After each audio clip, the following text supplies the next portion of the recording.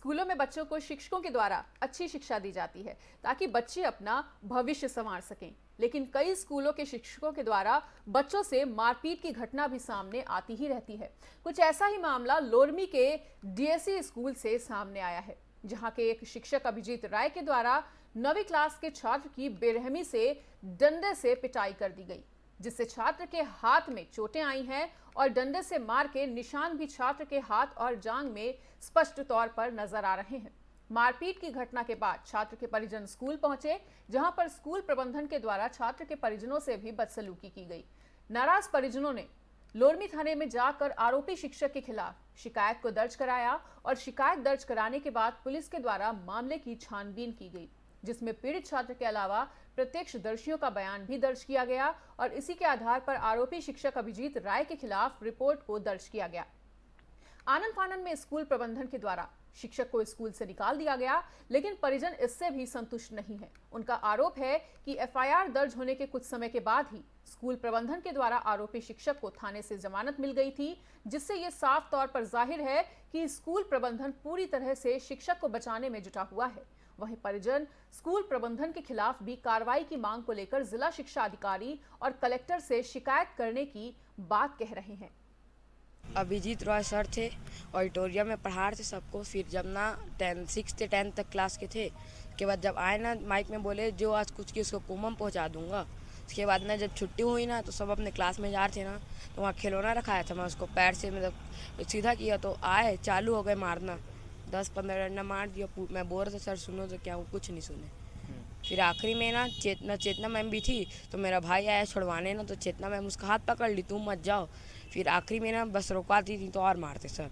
फिर जा रहे थे ना मेरा भाई मैं क्लास लेके, तो फिर क्या बोलती चेतना मैम तुमको भी एक आध दो पढ़ना चाहिए। कैंपस के अंदर जो ऑडिटोरियम हॉल है उसके अंदर बच्चे जब पढ़ा रहे थे तो ये शायद खिलौना खिसकाया होगा, तो वो अचानक वो सन की टीचर आया और मेरे बच्चे के पैर से जांघ के पास लगातार वार करते गया। 7 या 8 बार डंडे से पैर में और हाथ में मारा।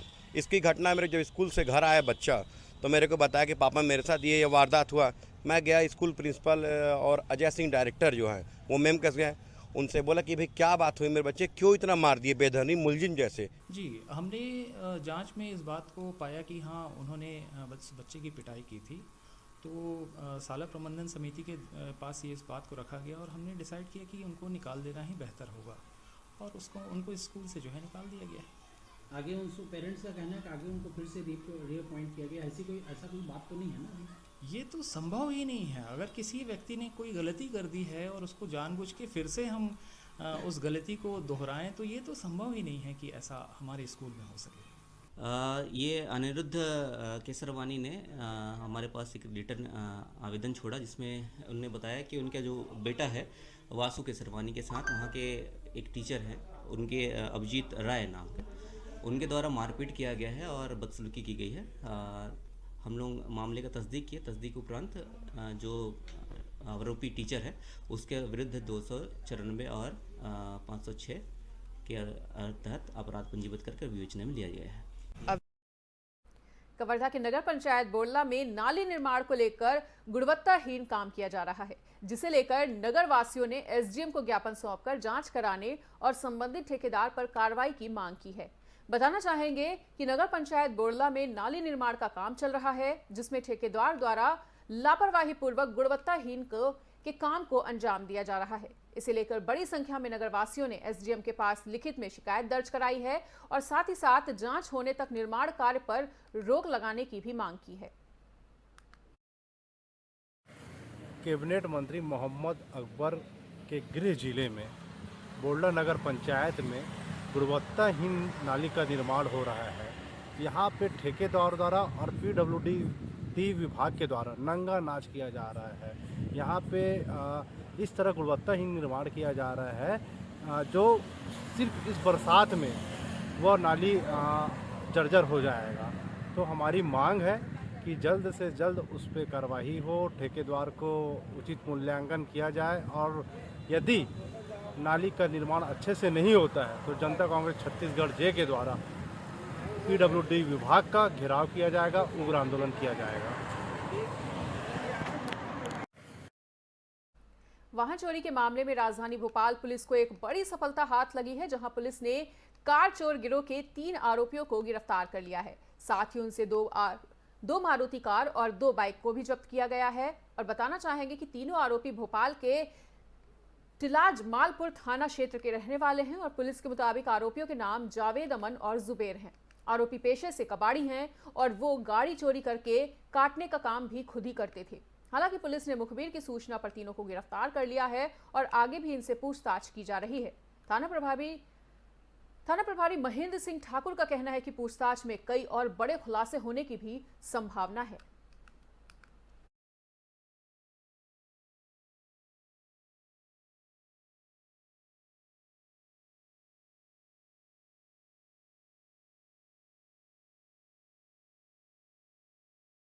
ग्वालियर में वन विभाग की जमीन पर बने अवैध मकानों को नोटिस देने के बाद लोगों में हड़कंप की स्थिति देखने को मिल रही है। और बताना चाहेंगे कि विभाग ने बड़ा गांव के आसपास वन विभाग की जमीन पर बने 500 से ज्यादा मकान बनाकर वहां रहने वाले परिवारों को बेदखली का नोटिस दिया है। नोटिस मिलने के बाद सोमवार को करीब 500 से ज्यादा परिवार के लोगों ने जिला वन अधिकारी के दफ्तर का घेराव करने वो पहुंचे और लोगों को दी गई नोटिस की जानकारी लगने के बाद ऊर्जा मंत्री प्रद्युम्न सिंह तोमर भी वन विभाग के दफ्तर पहुंच गए। उन्होंने वन विभाग के अफसरों को निर्देश दिए कि जो लोग वहां पुराने समय से रह रहे हैं उनके मकान ना तोड़े जाएं। इस दौरान मंत्री लोगों के बीच बैठ गए और उन्हें मदद का भरोसा दिलाया।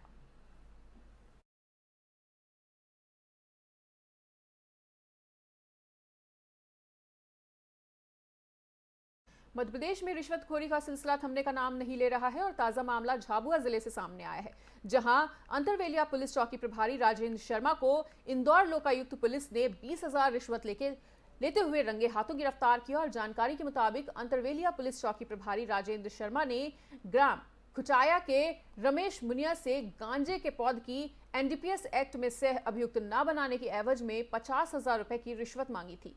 इसकी शिकायत रमेश मुनिया ने इंदौर लोकायुक्त पुलिस से की थी, जिसके बाद लोकायुक्त टीम ने डीएसपी दिनेश चंद्र पटेल के नेतृत्व में कार्रवाई करते हुए एएसआई राजेंद्र शर्मा को रंगे हाथों गिरफ्तार कर लिया है।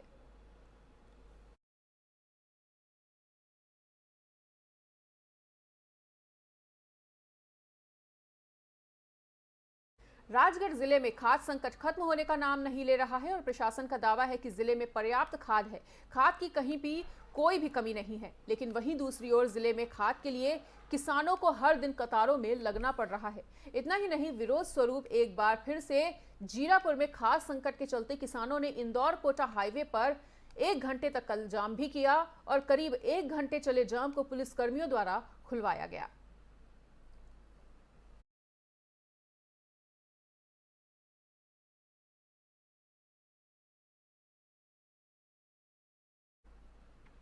मध्य प्रदेश के बुरहानपुर में बीती रात रविवार को शराब ठेकेदार के ऑफिस में 2 कर्मचारियों को 4 अज्ञात बदमाशों ने बंधक बना लिया और बदमाशों ने कट्टे की नोक पर 13 लाख रुपए की नकदी लूट ली। देर रात हुई लूट की सूचना पर पुलिस के आला अधिकारी मौके पर पहुंचे और हालात का जायजा लिया गया। इसके साथ ही पुलिस जांच करते हुए आसपास लगे सीसीटीवी फुटेज भी खंगाल रही है और पुलिस ने लूट करने वाले बदमाशों की तलाश के लिए जिले के सभी थानों को अलर्ट कर दिया है। कलेक्शन डेली रोज की तरह लेके आए।